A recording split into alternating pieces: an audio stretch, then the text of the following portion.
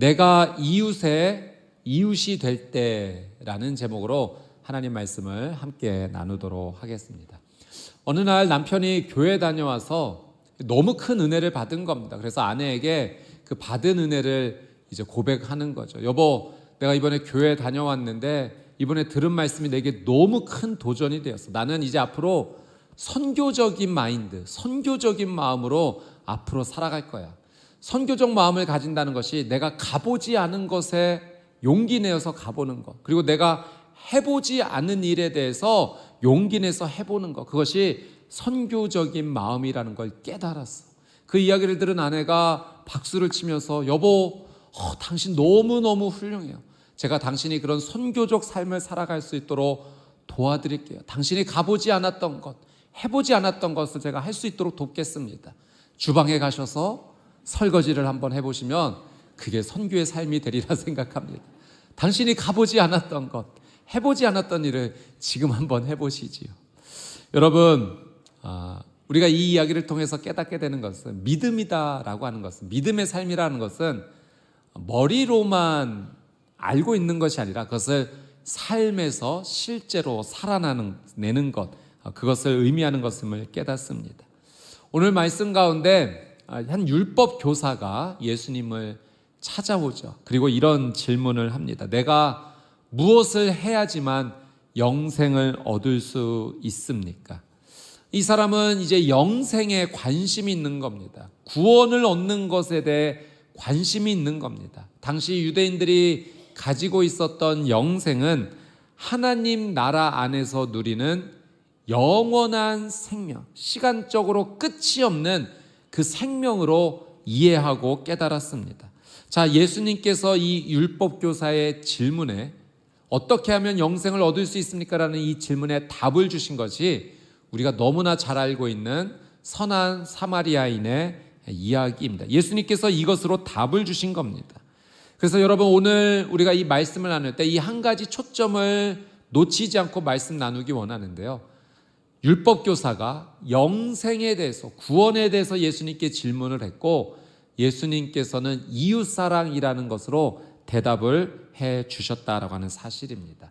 오늘 하나님께서 우리에게 가르쳐 주시고자 하는 세 가지 중요한 귀한 은혜를 함께 나누도록 하겠습니다. 첫 번째는 모든 사람이 다 우리의 이웃입니다. 모든 사람이 우리의 이웃이다라고 오늘 말씀을 통해서 하나님께서 우리에게 가르쳐 주십니다. 자, 오늘 본문 가운데 29절과 36절의 말씀 우리 같이 한번 읽어보도록 하겠습니다. 29절과 36절입니다. 시작. 그 사람이 자기를 옳게 보이려고 예수께 여짜오되 그러면 내 이웃이 누구니까? 36절. 내 생각에는 이 세 사람 중에 누가 강도 만난 자의 이웃이 되겠느냐? 예수님께서 선한 사마리아인의 이야기를 이 율법교사에게 들려주셨습니다. 한 유대인이 강도를 만나게 됩니다. 그래서 맞아 옷이 벗겨지고 거의 죽게 되었습니다. 마침 한 제사장이 그 길로 내려가는데 근데 이 사람을 도와주지 않고 그냥 지나쳐 버립니다. 또 한 레위인도 그곳을 지났는데 마찬가지로 이 죽어가는 사람을 도와주지 않고 그냥 지나칩니다. 이 두 사람은 다 하나님을 섬기는 그런 사람들이었지만 이 피해를 당한, 어려움을 당한 사람을 도와주지 않았습니다. 그 뒤에 사마리아인 한 사람이 지나가게 되었습니다. 당시 유대인과 사마리아인의 관계는 너무너무 나빴습니다. 서로 상종하지를 않았습니다. 이렇게 사이가 나빴던 사마리아인요, 지금 거의 죽어가는 이 유대인을 그냥 지나치지 않습니다. 불쌍한 마음이 들어서 자기가 가지고 있는 기름과 포도주로 응급처치를 하고 또 자기가 타야 될 그 나귀에 이 사람을 태워서 가까운 여관으로 가서 이 사람을 치료하도록 돕습니다. 비용까지 다 지불을 합니다. 끝까지 책임지는 모습을 보게 됩니다. 예수님께서 이 이야기를 율법교사에게 들려주시면서 너는 누가 강도 만난 자의 이웃이라고 생각하느냐? 라고 이렇게 질문을 하시죠. 그때 율법교사가 대답하기를 자비를 베푼 자니이다. 이 유대인으로서 사마리아인이라고 말하는 것조차 지금 꺼려지는 겁니다. 자비를 베푼 자니이다 라고 대답을 하고 예수님께서 가서 너도 이와 같이 하라, 이 말씀을 하십니다. 여러분, 예수님은 이 말씀을 통해서 지금 우리가 갖고 있는 이웃에 대한 개념을 다시 새롭게 정의를 해 주시는 겁니다. 여러분, 율법학자가 영생에 대해 너무 관심이 있어서, 그는 율법의 전문가 아니겠습니까? 구약의 하나님의 말씀을 읽으니 하나님을 마음과 뜻과 힘을 다하여 사랑하고 내 이웃을 내 몸과 같이 사랑하는 것이 하나님께서 기뻐하시는 길이요, 또 그것이 구원과 영생의 길임을 믿음으로 고백합니다. 예수님께서도 맞다, 그렇게 말씀하셨어요. 그렇게 하면 너가 살 것이다 라고 대답을 해 주셨습니다. 예수님의 이 대답에 이 사람이 다시 한번 질문한 겁니다. 선생님, 그러면 내 이웃이 누구입니까? 내 이웃을 내 몸처럼 사랑하라고 했는데 내가 누구를 내 몸처럼 사랑해야 되겠습니까? 내 이웃이 누구입니까? 라고 다시 예수님께 질문을 한 겁니다. 이 질문에 예수님의 대답은 선한 사마리아인의 이야기였던 거죠. 여러분, 이웃이라고 하는 이 단어는요, 가까운 사람, 내 곁에 있는 사람을 의미합니다. 지금 이 질문, 누가 내 이웃입니까? 라고 질문하는 이 율법 교사, 이 유대인에게 있어서 이웃의 개념은요, 조금 좁은 개념이었습니다.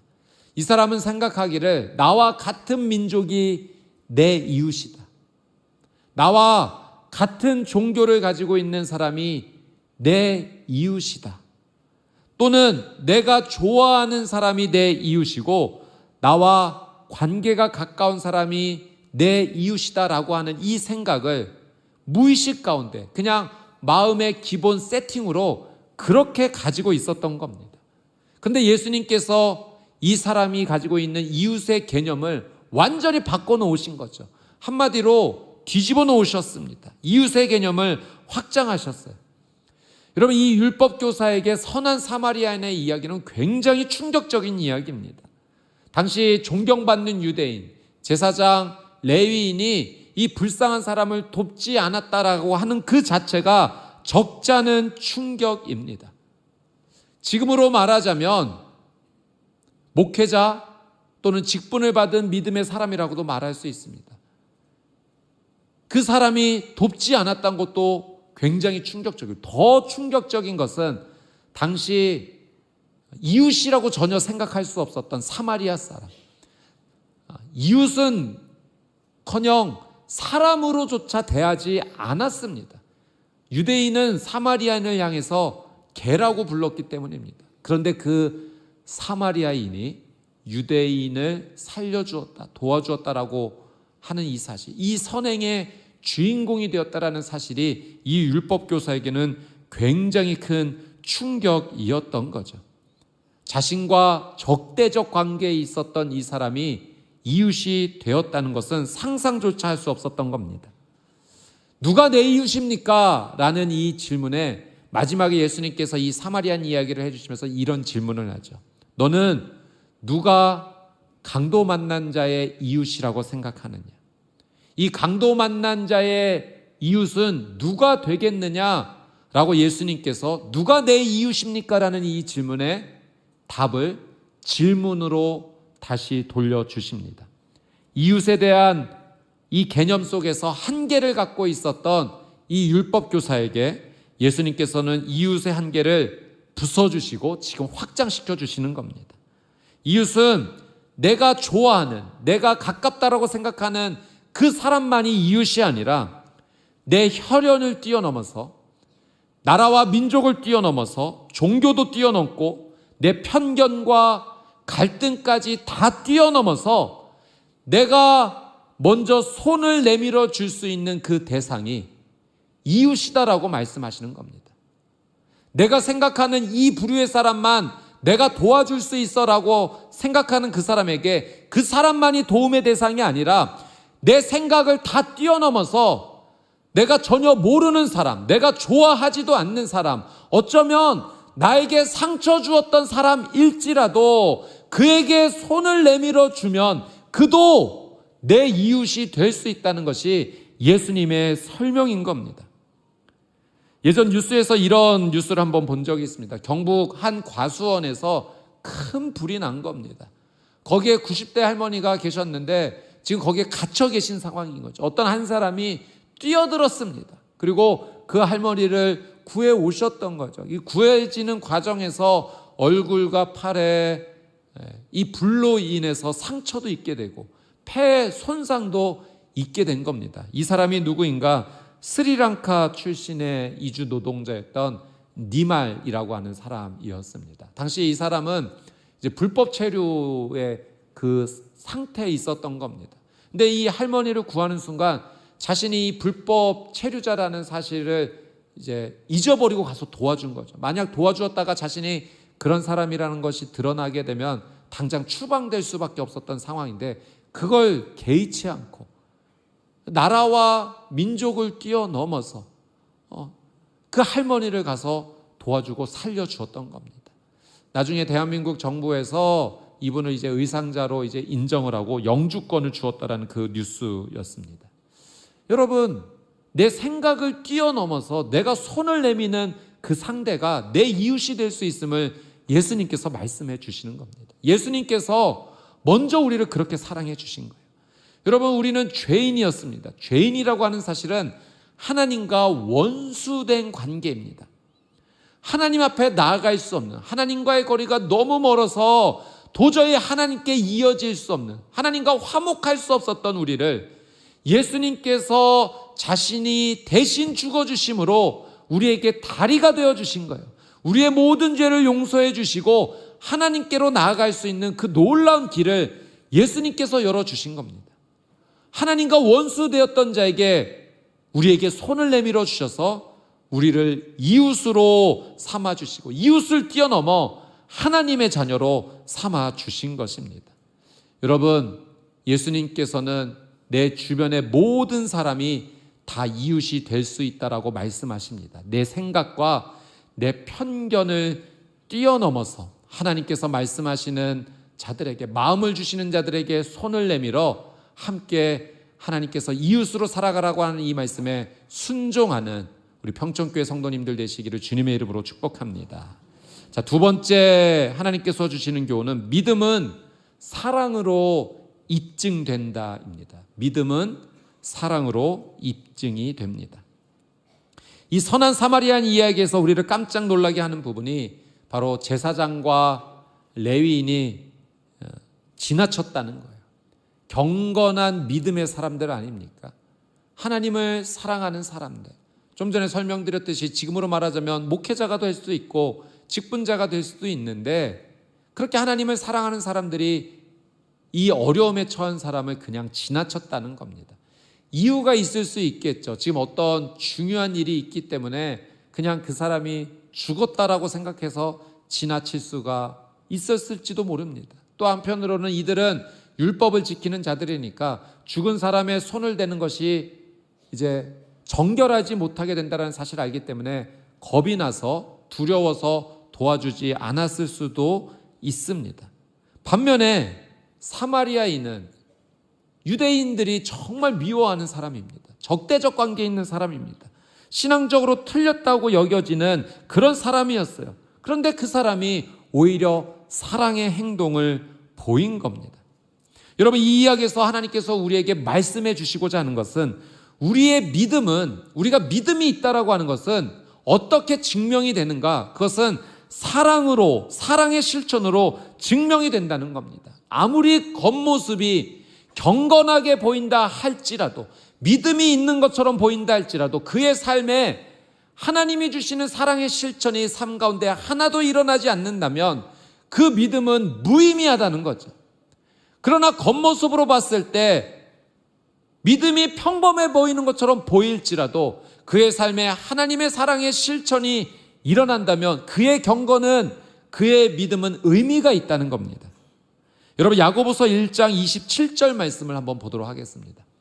같이 한번 읽겠습니다. 시작. 하나님 아버지 앞에서 정결하고 더러움이 없는 경건은 곧 고아와 과부를 그 환난 중에 돌보고 또 자기를 지켜 새 속에 물들지 아니하는 그것이니라. 아멘. 여러분, 성경은 한결같이 계속 하나의 이야기를 하고 있습니다.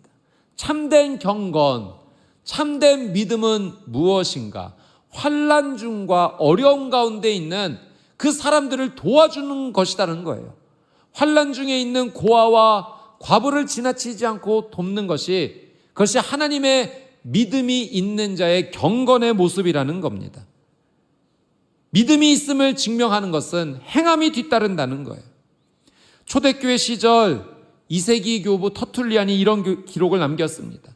로마인들이 예수님을 믿는 그리스도인들을 보면서 감동받았다는 거예요. 감격했다는 거예요. 그들이 이렇게 얘기했답니다. 보라, 그들이 서로 사랑하는 것을, 크리스찬들이 서로를 깊이 사랑하는 모습을, 크리스찬들이 믿지 않는 사람들을 향하여 사랑의 모습을 보이는 것에 대해서 믿지 않았던 로마인들이 너무나 큰 감동과 감격을 받았다는 거죠. 당시 초대교회 성도들이 믿음이 있다는 이유만으로 사형장에 끌려가는 일이 있었을 때도, 그때 초대교회 성도들은, 크리스찬들은 자신을 끌고 가는 원수에 대해서 오히려 축복하고 기도해 주었다는 겁니다. 이 사실을 목격했던 로마의 군인들이 회심했던 사례들이 있었습니다. 또 2세기, 3세기 로마 제국에 큰 전염병이 있었을 때, 우리가 지나왔던 그 코로나 시기를 지내왔던 것처럼 큰 전염병으로 로마 제국의 인구의 3분의 1이 죽을 수밖에 없었던 어려운 시기가 있었던 거죠. 가족들조차 전염병에 걸린 그 가족을 눈물을 머금고 내버려두고 도망쳐 나올 수밖에 없었던 상황입니다. 그때 버려진 이 사람들을 찾아가서 돌봐주었던 사람이 예수님을 믿는 초대교회 성도들이었어요. 3세기 교부 디오니시우스가 이렇게 기록을 남겼어요. 이교도들은 병자들을 버리고 도망쳤지만 그리스도인들은 생명을 아끼지 않고 아픈 자들을 돌보았다. 예수님을 믿고 있었던 그 믿음이 사랑의 실천으로 드러나게 되었던 겁니다. 여러분, 초대교회 성도들의 이 사랑의 실천이 굉장히 위대하죠. 그럼 우리도 우리의 믿음을 증거하기 위해서 위대한 사랑을 실천해야만 하는가? 예, 그것도 중요하지만 꼭 그렇지 않더라도 나의 삶 속에서 작은 사랑의 실천이 우리에게는 꼭 필요합니다. 여러분, 제가 초반에 말씀드렸던 한 남편이 선교적인 마음으로 나는 앞으로 살아가겠노라, 가보지 않은 곳에 용기 내어 가보고 이제까지 하지 않았던 일을 행함으로써 하나님의 복음을 전하는 삶을 살겠노라. 그때 아내가 지혜롭게 권면하기를, 당신이 주방에 가서 설거지를 한번 도와준다면 그것이 바로 선교의 삶이 아니겠습니까? 여러분, 믿음이 증명되는 것은 꼭 위대한 사랑의 실천만은 아닙니다. 예수님께서 우리에게 주셨던 그 사랑에 감사하면서 그 작은 사랑의 실천을 우리가 해나갈 때, 행함으로 보일 때 우리의 믿음이 진실된 믿음이라는 것을 증명하는 것입니다. 여러분, 우리 평촌교회는 부흥복지관의 이제 주체기관으로서 함께 동역하며 사역합니다. 복지관에서 이 지역 주민들을 위해서 돕는 많은 일들을 합니다. 그 일들 가운데 하나가 독거 어르신들, 혼자 머무시는 어르신들을 돌보는 일인데, 이 일에 우리 성도님들이 참여를 하세요. 일주일에 한 번 전화를 걸어서 어르신 건강히 잘 지내셨어요? 안부를 여쭙습니다. 홀로 지내다 보니 대화의 상대도 많이 없으신 거죠. 그 작은 사랑의 실천을 하시는 거예요. 전화를 걸어 안부를 여쭙고, 또 상황과 기회가 되면 함께 기도도 해드리고, 우리 성도님들 참 훌륭하십니다. 그런 귀한 사랑의 실천을 하세요. 또 우리 교회 집사님 가운데는 매 주일 이렇게 교회 주변을 걸어 다니시면서 이 지역 주변에 떨어져 있는 쓰레기를 주우세요. 하나님 사랑하는 마음으로, 지역을 섬기는 그 마음으로 사랑의 실천을 하십니다.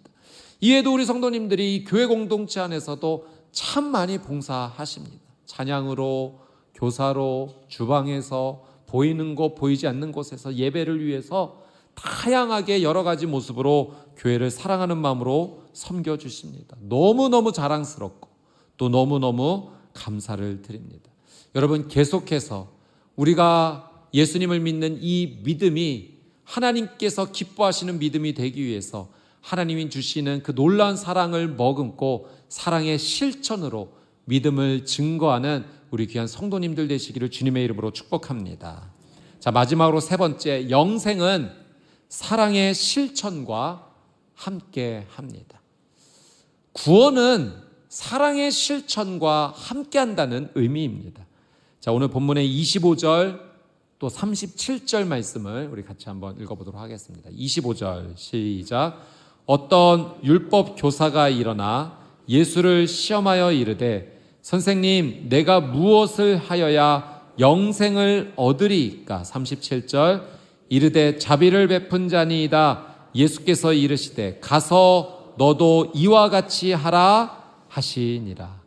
자, 여러분 기억하시죠? 오늘 말씀의 이야기가 영생에 대한 질문으로 시작했다는 겁니다. 구원에 대한 질문입니다. 어떻게 해야 하나님 주시는 그 영원한 생명을 누릴 수가 있겠습니까? 어떻게 해야 내가 구원을 받을 수 있겠습니까? 이 질문의 마지막 예수님의 대답은 가서 너도 이와 같이 하라. 사랑의 실천에 대해서 예수님께서 답을 주신 것입니다. 예수님께서 영생은, 우리가 구원을 받는 것은 사랑의 실천과 연결되어 있음을 우리에게 가르쳐 주시는 겁니다. 여러분, 우리가 오해하지 말 것은 구원은, 영생은 믿음으로 얻는 것입니다. 죄인인 우리를 위해 나의 죄를 용서해 주시기 위해서 예수님께서 구원자로 오셨다는 그 사실, 그분이 나를 대신해 십자가에서 대신 죽어주셨다는 사실을 믿음으로 우리는 구원을 받고 영생을 믿는 줄 믿습니다. 구원은 반드시 믿음으로 이루어지는 겁니다. 그런데 왜 예수님께서는 또 성경의 곳곳에서는 이 영생과 구원에 대해서 꼭 사랑의 실천에 대해서 연결을 하는 것일까요? 여러분, 예수님께서 우리에게 가르쳐 주시고자 하는 영생과 구원의 의도가 있는 겁니다. 구원은 꼭 죽어서만 천국 가는 행의 티켓 정도가 아니라는 거예요.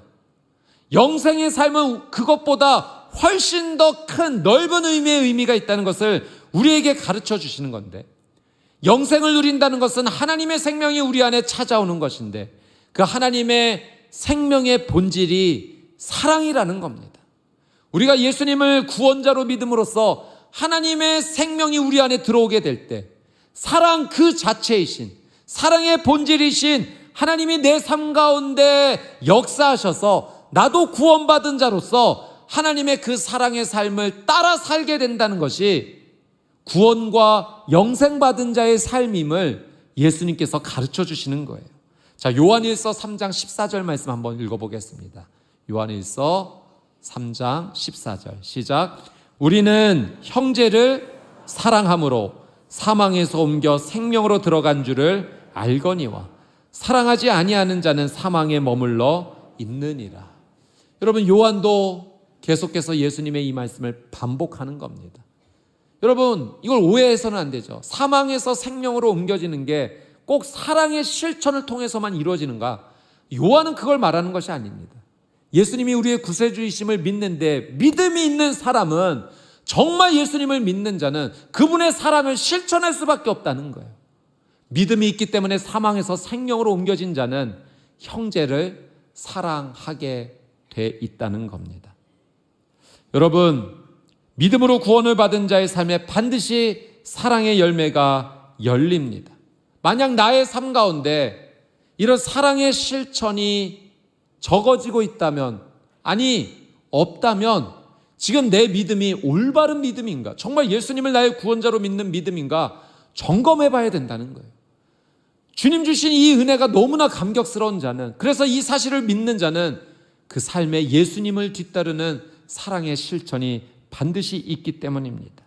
그래서 종교개혁을 행한 이 마틴 루터가 이렇게 말을 했어요. 우리는 믿음으로 구원을 받습니다. 우리는 믿음으로 구원을 받습니다. 그러나 구원에 이르는 참된 믿음은 구원에 이르는 참된 믿음은 결코 홀로 있지 않고 반드시 사랑의 행위와 함께합니다. 사랑의 행위를 동반합니다. 우리가 구원을 받는 참된 믿음은 그 믿음만 홀로 있는 것이 아니라 하나님의 본질인 사랑이 우리 안에 들어오기 때문에 사랑의 실천과 함께 동행한다는 겁니다. 어떤 한 신실한 성도가 꿈을 꾸었어요. 천국 가는 꿈을 꾸었습니다. 그 천국 문에 이르러서 자신이 얼마나 신앙생활을 열심히 했는지 고백을 합니다. 제가 매주일 빠지지 않고 하나님께 예배드렸습니다. 제가 하나님의 말씀을 얼마나 사랑했는지 성경 공부도 열심히 했습니다. 이 이야기를 다 들은 천사가 미소를 지으면서 정말 훌륭합니다. 귀한 믿음이 있으시네요. 자, 이제 그렇다면 당신이 당신의 삶에서 사랑했던, 돌봐주었던 그 영혼의 이름도 말씀해 주십시오. 당신이 이 땅 가운데서 믿음으로 행하며 살았던, 당신이 행했던 그 사랑의 이야기와 그 감동적인 이야기들을 좀 들려주십시오. 라는 이야기를 꿈속에서 들었다는 거죠. 여러분, 이 이야기가 주는 의미가 있지 않습니까? 영생은 믿음으로 없는 것이지만 그 믿음의 증거는 사랑의 삶을 반드시 삶으로서 증명해낸다는 겁니다. 여러분, 오늘 예수님께서 우리에게 마지막으로 이렇게 말씀해 주셨다는 거예요. 가서 너도 이와 같이 행하라. 영생의 삶을 산다는 것은 결코 뜬구름을 잡는 삶이 아닙니다. 오늘 내가 살아가는 삶의 자리에서 믿음을 가지고 사랑을 실천하는 겁니다.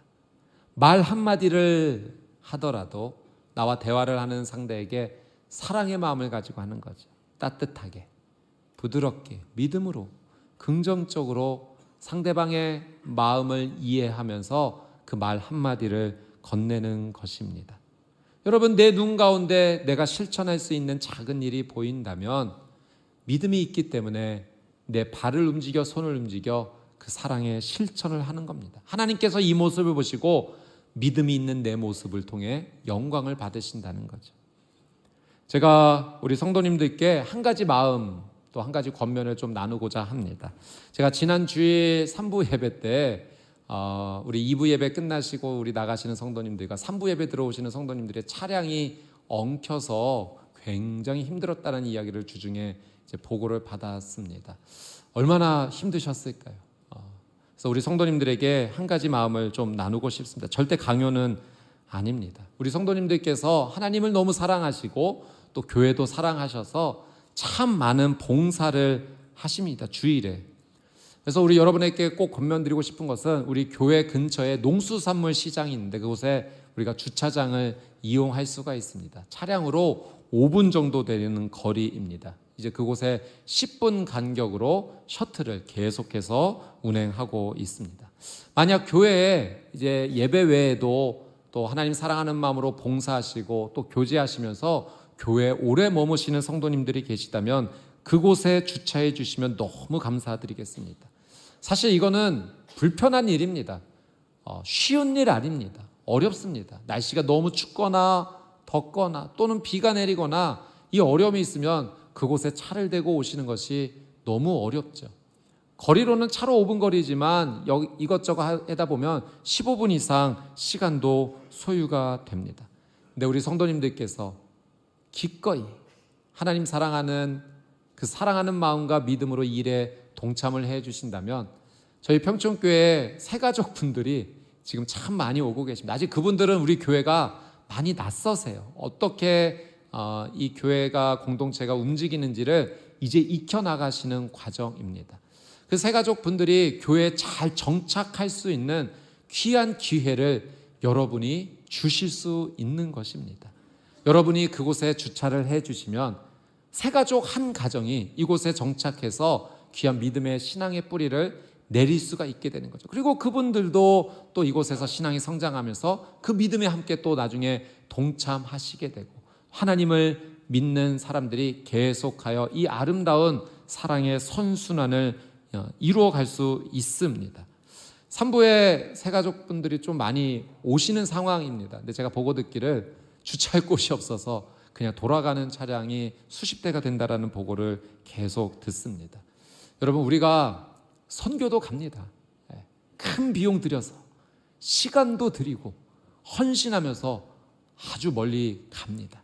그런데 우리가 매주일 농수산물 시장에 주차할 수 있다면 그것도 귀한 선교입니다. 내가 그곳에 사랑의 마음으로 주차함으로 한 가정이 하나님 앞에 나올 수 있는 귀한 기회가 되기 때문입니다.